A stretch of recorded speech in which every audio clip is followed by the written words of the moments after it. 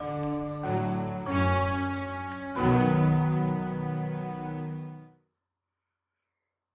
friends.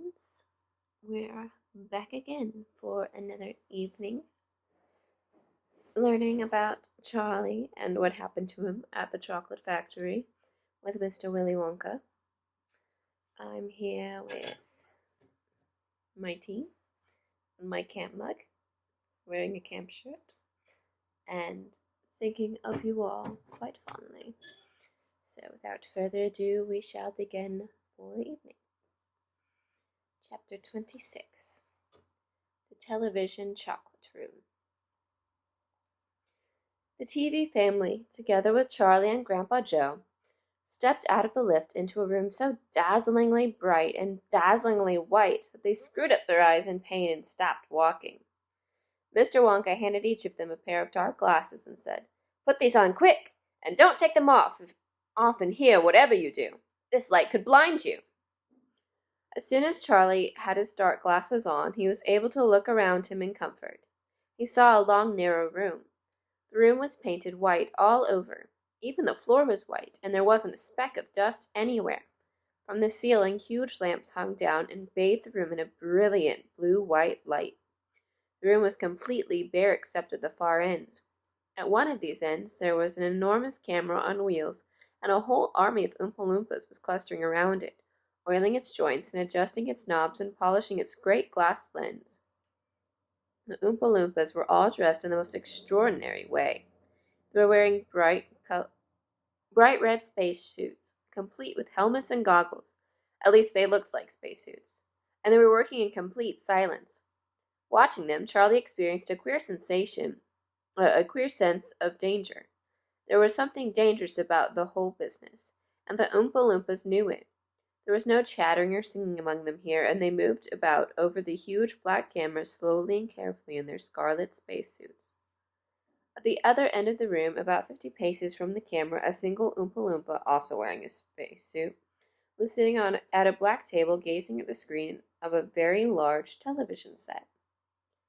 "Here we go!" cried Mr. Wonka, hopping up and down with excitement. "This is the testing room for my very latest and greatest invention. Television chocolate." "But what is television chocolate?" asked Mike TV. "Good heavens, child, stop interrupting me," said Mr. Wonka. "It works by television. I don't like television myself. I suppose it's all right in small doses, but children never seem to be able to take it in small doses. They want to sit there all day long staring and staring at the screen." "That's me," said TV. "Shut up," said Mr. TV. "Thank you," said Mr. Wonka. "I shall now tell you how this amazing television set of mine works. But first of all, do you know how ordinary television works? It is very simple. At one end, where the picture is being taken, you have a large cine camera, and you start photographing something. The photographs are then split up into millions of tiny little pieces which are so small that you can't see them, and these little pieces are shot out into the sky by electricity. In the sky they go whizzing around all over the place, until suddenly they hit the antenna on the roof of somebody's house. Then they go flashing down the wire that leads right into the back of those millions of tiny pieces, is fitted back into its right place, just like a jigsaw puzzle, and presto! The photograph appears on the screen." "That isn't exactly how it works," Mike TV said. "I'm a little deaf in my left ear," Mr. Wonka said. "You must forgive me if I don't hear everything you say." "I said that isn't exactly how it works," shouted Night TV. "You're a nice boy," Mr. Wonka said, "but you talk too much. Now then, the very first time I saw ordinary television working, I was struck by a tremendous idea. 'Look here,' I shouted. If these people can break up a photograph into millions of pieces and send those pieces whizzing through the air and then put them together again at the other end, why can't I do the same thing with a bar of chocolate? Why can't I send a real bar of chocolate whizzing through the air in tiny pieces and then put the pieces together at the other end, all ready to be eaten?" "Impossible," said Mike TV. "You think so?" cried Mr. Wonka. "Well, watch this. I shall now send a bar of my very best chocolate from one end of this room to the other, by television. Get ready there. Bring in the chocolate." Immediately, 6 Oompa Loompas marched forward, carrying on their shoulders the most enormous bar of chocolate Charlie had ever seen. It was about the size of the mattress he slept on at home. It has to be big, Mr. Wonka explained, because whenever you send something by television, it always comes out much smaller than it was when it went in. Even with ordinary television, when you photograph a big man, then he never comes out on your screen any taller than a pencil, does he? Here we go, then. Get ready. No, stop. Hold everything. You there. My TV, stand back. You're too close to the camera. There are dangerous rays coming out of that thing. They could break you up into a million tiny pieces in 1 second. That's why the Oompa Loompas are wearing spacesuits. The suits protect them. All right, that's better. Now then, switch on. One of the Oompa Loompas caught hold of a large switch and pulled it down. There was a blinding flash. The chocolate's gone, shouted Grandpa Joe, waving his arms. He was quite right. The whole enormous bar of chocolate had disappeared completely into thin air. It's on its way, cried Mr. Wonka. It is now rushing through the air above our heads in a million tiny pieces. Quick, come over here. He dashed over to the other end of the room where the large television set was standing, and the others followed him. Watch the screen, he cried. Here it comes, look. The screen flickered and lit up. Then suddenly a small bar of chocolate appeared in the middle of the screen. Take it, shouted Mr. Wonka, growing more and more excited. How can you take it? Asked Mike TV, laughing. It's just a picture on a television screen. Charlie Bucket, cried Mr. Wonka. You take it. Reach out and grab it. Charlie put out his hand and touched the screen, and suddenly, miraculously, the bar of chocolate came away in his fingers. He was so surprised he nearly dropped it. Eat it, shouted Mr. Wonka. Go on and eat it. It'll be delicious. It's the same bar. It just gotten much smaller on the journey, that's all. It's absolutely fantastic, gasped Grandpa Joe. It's a miracle. Just imagine, cried Mr. Wonka, when I start using this across the country. You'll be sitting at home watching television, suddenly a commercial will flash on the screen, and a voice will say, Eat Wonka's chocolates. They're the best in the world. If you don't believe us, try one for yourself. Now. And you simply reach out and take one. How about that, eh? Terrific, cried Grandpa Joe. It will change the world. Chapter 27. Mike TV is sent by television.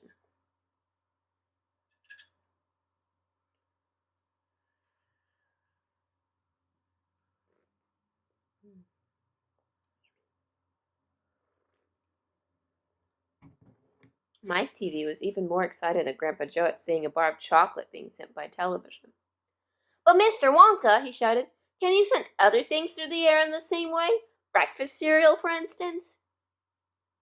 Oh, my sainted aunt, cried Mr. Wonka. Don't mention that disgusting stuff in front of me. Do you know what breakfast cereal is made of? It's made of all those little curly wooden shavings you find in pencil sharpeners. But could you send it by television if you wanted to, as you do chocolate? Asked Mike TV. Of course I could. And what about people? Asked Mike TV. Could you send a real live person from one place to another in the same way? A person? Cried Mr. Wonka. Are you off your rocker?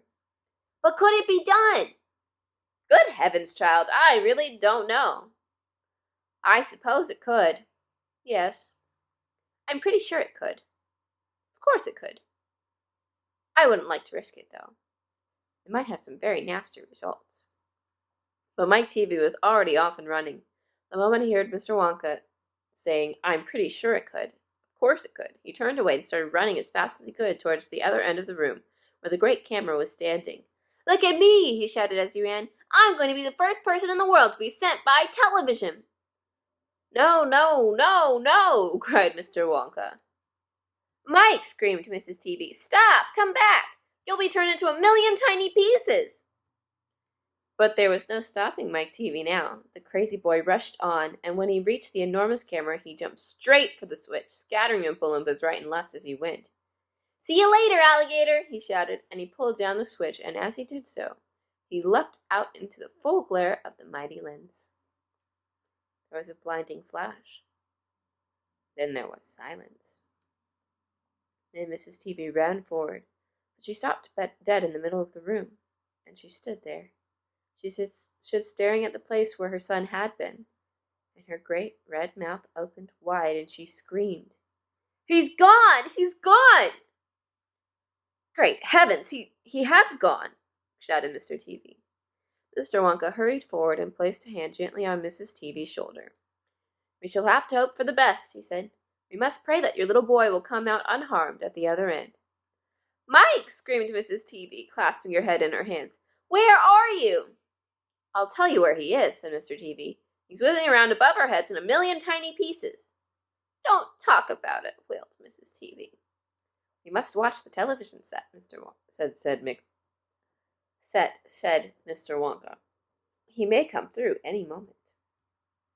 Mr. and Mrs. TV and Grandpa Joe and little Charlie and Mr. Wonka all gathered round the television and stared tensely at the screen. The screen was quite blank. He's taking a heck of a long time to come across, said Mr. TV, wiping his brow. Oh dear, said Mr. Wonka. I do hope that no part of him gets left behind. What on earth do you mean? Asked Mr. TV sharply. I don't wish to alarm you, said Mr. Wonka, but it does sometimes happen that only about half the little pieces find their way into the television set. It happened last week. I don't know why, but the result was that only half of the bar of chocolate came through. Mrs. TV let out a scream of horror. You mean only a half of Mike is coming back to us? She cried. Let's hope it's the top half, said Mr. TV. Hold everything, said Mr. Wonka. Watch the screen. Something's happening. The screen had suddenly begun to flicker. Then some wavy lines appeared. Mr. Wonka adjusted one of the knobs and the wavy lines went away. And now, very slowly, the screen began to get brighter and brighter. Here he comes, yelled Mr. Wonka. Yes, that's him, all right. Is he all in one piece? Cried Mrs. TV. I'm not sure, said Mr. Wonka. It's too early to tell. Faintly at first, but becoming clearer and clearer every second, the picture of Mike TV appeared on the screen. He was standing up and waving at the audience and grinning from ear to ear. But he's a midget, shouted Mr. TV. Mike, cried Mrs. TV. Are you all right? Are there any bits of you missing? Isn't he going to get any bigger? Shouted Mr. TV. Talk to me, Mike, cried Mrs. TV. Say something. Tell me you're all right. A tiny little voice, no louder than the squeaking of a mouse, came out of the television set. Hi, Mom, it said. Hi, Pop. Look at me. I'm the first person ever to be sent by television. Grab him, ordered Mr. Wonka. Quick! Mrs. TV shot out a hand and picked the tiny figure of Mike TV out of the screen. Hooray! Cried Mr. Wonka. He's all in one piece. He's completely unharmed. You call that unharmed? Snapped Mrs. TV, peering at the little speck of a boy who was now running up to and fro across the palm of her hand, waving his pistols in the air. He was certainly not more than an inch tall. He's shrunk, said Mr. TV. Of course he's shrunk, said Mr. Wonka. What did you expect? This is terrible, wailed Mrs. TV. What are we going to do? And Mr. TV said, We can't send him back to school like this. He'll get trodden on. He'll get squashed. He won't be able to do anything, cried Mrs. TV. Oh, yes, I will, squeaked the tiny voice of Mike TV. I'll still be able to watch television. Never again, shouted Mr. TV. I'm throwing the television set out the window the moment we get home. I've had enough of television. When he heard this, Mike TV flew into a terrible tantrum, started jumping up and down on the palm of his mother's hand, screaming and yelling and trying to bite her fingers. I want to watch television, he squeaked. I want to watch television. I want to watch television. I want to watch television. Here, give him to me, said Mr. TV, and he took the tiny boy and shoved him into his breast pocket of his jacket and stuffed a handkerchief on top. Squeals and yells came from inside the pocket, and the pocket shook as the furious little prisoner fought to get out. Oh, Mr. Wonka, wailed Mrs. TV. How can we make him grow? Well, said Mr. Wonka, stroking his beard and gazing thoughtfully at the ceiling, I must say that's a wee bit tricky. But small boys are extremely springy and elastic. They stretch like mad. So what we'll do, we'll put him in a special machine I have for testing the stretchiness of chewing gum. Maybe that will bring him back to what he was. Oh, thank you, said Mrs. TV. Don't mention it, dear lady. How far do you think he'll stretch? Asked Mr. TV. Maybe miles, said Mr. Wonka. Who knows? But he's going to be awfully thin. Everything gets thinner when you stretch it. You mean like chewing gum? Asked Mr. TV. Exactly. How thin will he be? asked Mrs. Teavee anxiously. I haven't the foggiest idea, said Mr. Wonka. And it doesn't really matter anyway, because we'll soon fatten him up again. All we'll have to do is give him a triple overdose of my wonderful supervitamin chocolate. Supervitamin chocolate contains huge amounts of vitamin A and vitamin B. It also contains vitamin C, vitamin D, vitamin E, vitamin F, vitamin G, vitamin I, vitamin J, vitamin K, vitamin L, vitamin M, vitamin N, vitamin O, vitamin P, vitamin Q, vitamin R, vitamin T, vitamin U, vitamin V, vitamin W, vitamin X, vitamin Y, and believe it or not, vitamin Z. The only two vitamins it doesn't have in it are vitamin S, because it makes you sick, and vitamin H, because it makes you grow horns on the top of your head, like a bull. But it does have in it a very small amount of the rarest and most magical vitamin of all of them, vitamin Wonka. And what will that do to him? Asked Mr. Teavee anxiously. It'll make his toes grow out until they're as long as his fingers. Oh, no, cried Mrs. Teavee. Don't be silly, said Mr. Wonka. It's most useful. He'll be able to play the piano with his feet. But Mr. Wonka! No arguments, please, said Mr. Wonka. He turned away and clicked his fingers 3 times in the air. An Oompa Loompa appeared immediately and stood beside him. Follow these orders, said Mr. Wonka, handing the Oompa Loompa a piece of paper which he had written full instructions, and you'll find the boy in his father's pocket. Off you go. Goodbye, Mr. Teavee. Goodbye, Mrs. Teavee. And please don't look so worried. They all come out in the wash, you know, every one of them. At the end of the room, the Oompa Loompas around the giant camera were already beating their tiny drums and beginning to jog up and down to the rhythm. There they go again, said Mr. Wonka. I'm afraid you can't stop them singing. Little Charlie caught Grandpa Joe's hand, and the two of them stood beside Mr. Wonka in the middle of the long, bright room, listening to the Oompa Loompas. And this is what they sang. The most important thing we've learned so far as children are concerned is never, never, never let them near your television set. Or better still, just don't install the idiotic thing at all. In almost every house we've been, we've watched them gaping at the screen. They loll and slop and lounge about and stare until their eyes pop out. Last week in someone's place we saw a dozen eyeballs on the floor. They sit and stare and stare and sit until they're hypnotized by it, until they're absolutely drunk with all that shocking, ghastly junk. Oh yes, we know it keeps them still. They don't climb out the windowsill. They never fight or kick or punch. They leave you free to cook the lunch and wash the dishes in the sink. But did you ever stop to think, to wonder just exactly what this does to your beloved tot? It rots the sense in the head. It kills imagination dead. It clogs and clutters up the mind. It makes a child so dull and blind he can no longer understand a fantasy of fairyland. His brain becomes as soft as cheese. His powers of thinking rust and freeze. He cannot think, he only sees.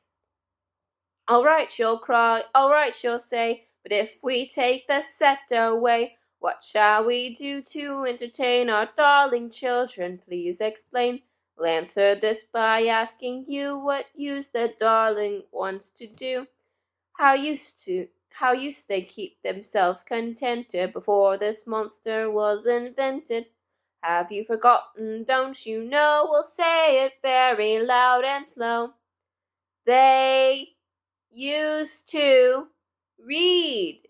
They'd read and read and read and read, and then proceed to read some more. Great Scott, gadzooks! 1/2 their lives was reading books. The nursery shelves held books galore. Books clattered up the nursery floor, and in the bedroom by the bed more books were waiting to be read. Such wondrous fine, fantastic tales of dragons, gypsies, queens, and whales, and treasure isles and distant shores where smugglers rowed and with muffled oars, and pirates wearing purple pants, and sailing ships and elephants, and cannibals crouching round the pot. stirring away at something hot. It smells so good. What can it be? Good gracious, it's Penelope. The younger ones had Beatrix Potter with Mr. Todd the Dirty Rotter, and Squirrel Nutkin, Pigling Bland, and Mrs.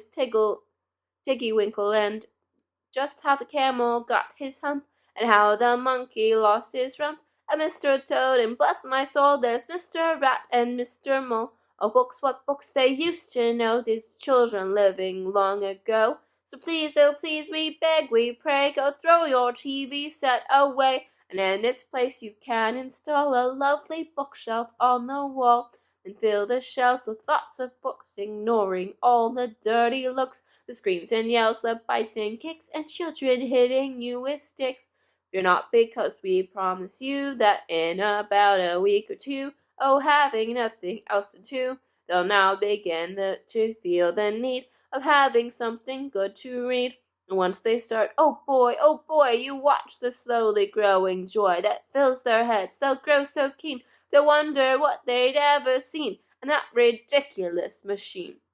That nauseating, foul, unclean, repulsive television screen. And later, each and every kid will love you more for what you did. P.S. Regarding my TV, we very much regret that we shall simply have to wait and see if we can get him back his height. But if we can't, it serves him right. Chapter 28. Only Charlie Left.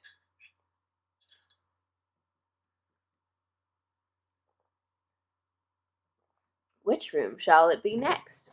Said Mr. Wonka, as he turned away and darted into the lift. Come on, hurry up. We must get going. And how many children are there left now? Little Charlie looked at Grandpa Joe, and Grandpa Joe looked back at little Charlie. But Mr. Wonka, Grandpa Joe called after him. There's only Charlie left now. Mr. Wonka swung around and stared at Charlie. There was a silence. Charlie stood there holding tightly on to Grandpa Joe's hand. You mean you're the only one left? Mr. Wonka said, pretending to be surprised. Why, yes, whispered Charlie. Yes. Mr. Wonka suddenly exploded with excitement. But my dear boy, he cried out, that means you've won! He rushed out of the lift and started shaking Charlie's hand so furiously it nearly came off. Oh, I do congratulate you, he cried. I really do. I'm absolutely delighted. It couldn't be better. How wonderful this is. I had a hunch, you know, right from the beginning that it was going to be you. Well done, Charlie, well done. This is terrific. Now the fun is really going to start. But we mustn't dilly, we mustn't dally. There's even less time to lose now than there was before. We have an enormous number of things to do before the day is out. Just think of the arrangements that have to be made, and the people we have to fetch. But luckily for us, we have the great glass slip to speed things up. Jump in, my dear Charlie, jump in. You too, Grandpa Joe, sir. No, after you. That's the way. Now then, this time I shall choose the button we are going to press. Mr. Wonka's bright, twinkling blue eyes rested for a moment on Charlie's face. Something crazy is going to happen now, Charlie thought. But he wasn't frightened. He wasn't even nervous. He was just terrifically excited. And so was Grandpa Joe. The old man's face was shining with excitement as he watched every move that Mr. Wonka made. Mr. Wonka was reaching for a button high up on the glass ceiling of the lift. Charlie and Grandpa Joe both craned their necks to read what it said on the little label beside the button. It said, Up and Out. Up and out, thought Charlie. What sort of room is that? Mr. Wonka pressed the button. The glass doors closed. Hold on, cried Mr. Wonka. Then wham! The lift shot straight up like a rocket. Yippee! Shouted Grandpa Joe. Charlie was clinging to Grandpa Joe's legs, and Mr. Wonka was holding on to a strap from the ceiling. And up they went. Up, straight up this time, with no twistings or turnings, and Charlie could hear the whistling of the air outside as the lift went faster and faster. Yippee! Shouted Grandpa Joe again. Yippee! Here we go! Faster! Cried Mr. Wonka, banging the wall on the lift with his hand. Faster!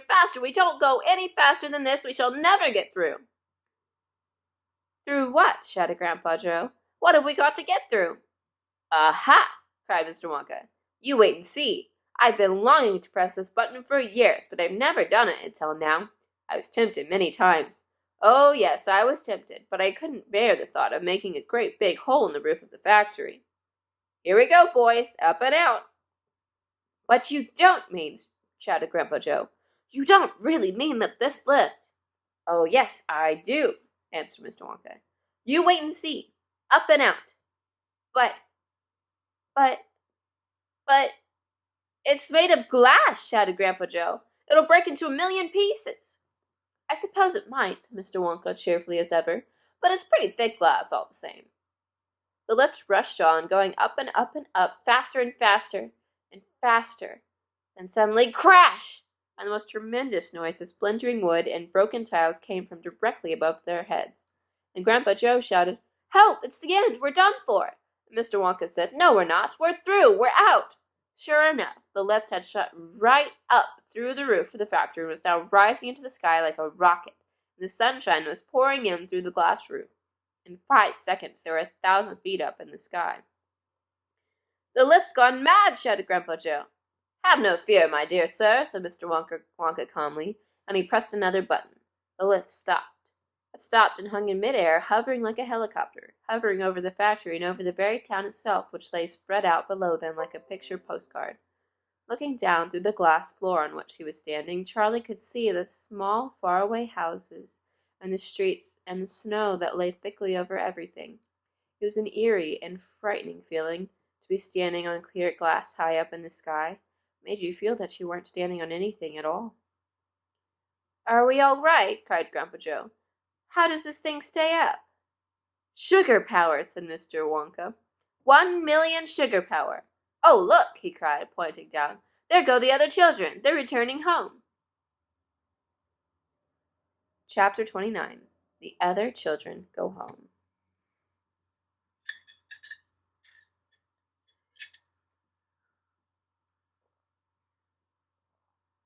"We must go down and take a look at our little friends before we do anything else," said Mr. Wonka. He pressed a different button and the lift dropped lower, and soon it was hovering just above the entrance gates to the factory. Looking down now, Charlie could see the children and their parents standing in a little group just inside the gates. "I can only see 3, he said. "Who's missing?" "I expect it's Mike Teavee," Mr. Wonka said, "but he'll be coming along soon. Do you see the trucks?" Mr. Wonka pointed to a line of gigantic covered vans parked in a line nearby. "Yes," Charlie said. "What are they for?" "Don't you remember what it said on the golden tickets? Every child goes home with a lifetime supply of sweets. There's 1 truckload for each of them, loaded to the brim." "Aha!" Mr. Wonka went on. "There goes our friend Augustus Gloop. Do you see him? He's getting into the first truck with his mother and father." "You mean he's really all right?" asked Charlie, astonished. "Even after going up that awful pipe?" "He's very much all right," said Mr. Wonka.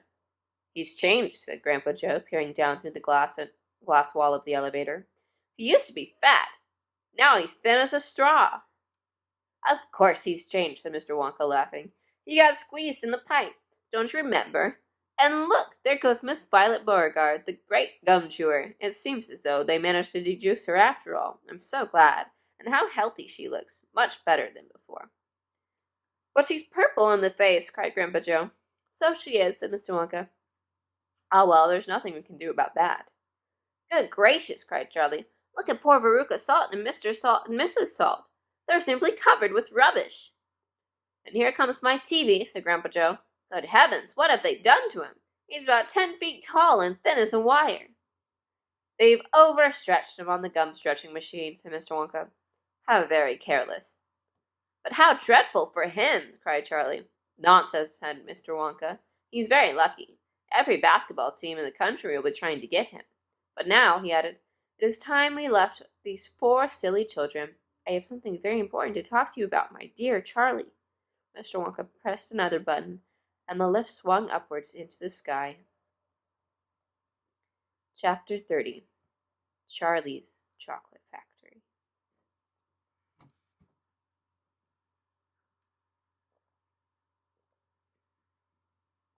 The great glass lift was now hovering high over the town. Inside the lift stood Mr. Wonka, Grandpa Joe, and little Charlie. "How I love my chocolate factory," said Mr. Wonka, gazing down. Then he paused, and he turned around and looked at Charlie with the most serious expression on his face. "Do you love it too, Charlie?" he asked. "Oh, yes," cried Charlie. "I think it's the most wonderful place in the whole world." "I am very pleased to hear you say that," said Mr. Wonka, looking more serious than ever. He went on staring at Charlie. "Yes," he said, "I am very pleased indeed to hear you say that. And now I shall tell you why." Mr. Wonka cocked his head to one side, and all at once the tiny twinkling wrinkles of a smile appeared around the corners of his eyes, and he said, "You see, my dear boy, I have decided to make you a present of the whole place. As soon as you are old enough to run it, the entire factory will become yours." Charlie stared at Mr. Wonka. Grandpa Joe opened his mouth to speak, but no words came out. "It's quite true," Mr. Wonka said, smiling broadly now. "I really am giving it to you. That's all right, isn't it?" "Giving it to him?" gasped Grandpa Joe. "You must be joking." "I'm not joking, sir. I'm deadly serious." But, but, why should you want to give your factory to little Charlie?" "Listen," Mr. Wonka said. "I'm an old man. I'm much older than you think. I can't go on forever. I've got no children of my own, no family at all. So who is going to run the factory when I get too old to do it myself? Someone's got to keep it going, if only for the sake of the Oompa Loompas. Mind you, there are thousands of clever men who would give anything for the chance to come in and take over from me. But I don't want that sort of person. I don't want a grown-up to come in and take over from me. A grown-up won't listen to me. He won't learn. He will try to do things his own way and not mine. So I have to have a child. I want a good, sensible, loving child, one to whom I can tell all my most precious, sweet-making secrets, while I am still alive." "So that is why you sent out the golden tickets," cried Charlie. "Exactly," said Mr. Wonka. "I decided to invite 5 children to the factory, and the one I liked best at the end of the day would be the winner." "But Mr. Wonka," stammered Grandpa Joe, "do you really and truly mean that you are giving the whole of this enormous factory to little Charlie? After all—" "There's no time for arguments," cried Mr. Wonka. "We must go at once and fetch the rest of the family. Charlie's father and his mother and anyone else that's around. They can all live in the factory from now on. They can all help to run it until Charlie is old enough to do it by himself. Where do you live, Charlie?" Charlie peered down through the glass floor at the snow-covered houses that lay below. "It's over there," he said, pointing. "It's that little cottage right on the edge of the town, the little one." "I see it," cried Mr. Wonka, and he pressed some more buttons, and the lift shot down towards Charlie's house.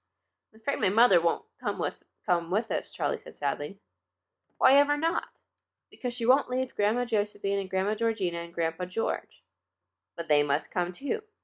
"They can't," Charlie said. "They're very old, and they haven't been out of bed for 20 years. "Then we'll take the bed along as well, with them in it," said Mr. Wonka. "There's plenty of room in this lift for a bed." "You couldn't get the bed out of the house," said Grandpa Joe. "It won't go through the door." "You mustn't despair," cried Mr. Wonka. "Nothing is impossible. You watch." The lift was now hovering over the roof of the Bucket's little house. "What are you going to do?" cried Charlie. "I'm going right on in to fetch them," said Mr. Wonka. "How?" asked Grandpa Joe. "Through the roof," said Mr. Wonka, pressing another button. "No!" shouted Charlie. "Stop!" shouted Grandpa Joe. The old people's bedroom. Showers of dust and broken tiles and bits of wood and cockroaches and spiders and bricks and cement went raining down on the 3 old ones who were lying in bed, and each of them thought that the end of the world had come. Grandma Georgina fainted. Grandma Josephine dropped her false teeth. Grandpa George put his head under the blanket, and Mr. and Mrs. Bucket came rushing in from the next room. "Save us!" cried Grandma Josephine. "Calm yourself, my darling wife," said Grandpa Joe, stepping out of the lift. "It's only us." "Mother!" cried Charlie, rushing into Mrs. Bucket's arms. "Mother, Mother, listen to what's happened. We're all going back to live in Mr. Wonka's factory, and we're going to help him to run it, and he's given it all to me, and... "What are you talking about?" said Mrs. Bucket. "Just look at our house," cried poor Mr. Bucket. "It's in ruins." "My dear sir," said Mr. Wonka, jumping forward and shaking Mr. Bucket warmly by the hand, "I'm so very glad to meet you. You mustn't worry about your house. From now on, you're never going to need it again anyway." "Who is this crazy man?" screamed Grandma Josephine. "He could have killed us all." "This," said Grandpa Joe, "is Mr. Willy Wonka himself." It took quite a time for Grandpa Joe and Charlie to explain it to everyone exactly what had been happening to them all day, and even then they all refused to ride back to the factory in the lift. "I'd rather die in my bed," shouted Grandma Josephine. "So would I," cried Grandma Georgina. "I refuse to go," announced Grandpa George. So Mr. Wonka and Grandpa Joe and Charlie, taking no notice of their screams, simply pushed the bed into the lift.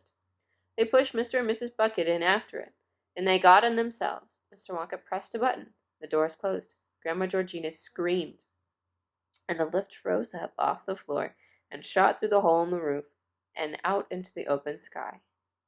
Charlie climbed onto the bed and tried to calm the three old people who were still petrified with fear.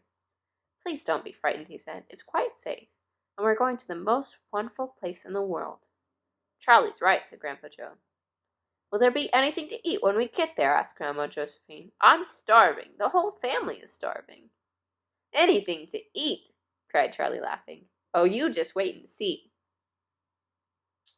End of Charlie's Story, Part 1.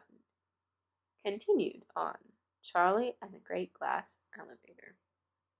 Well, that's a wrap for Charlie and the Chocolate Factory. I hope that you enjoyed spending this time with me as much as I did spending it with you. I love you all very dearly and miss you bunches, and I hope that you have a wonderful night. Bye.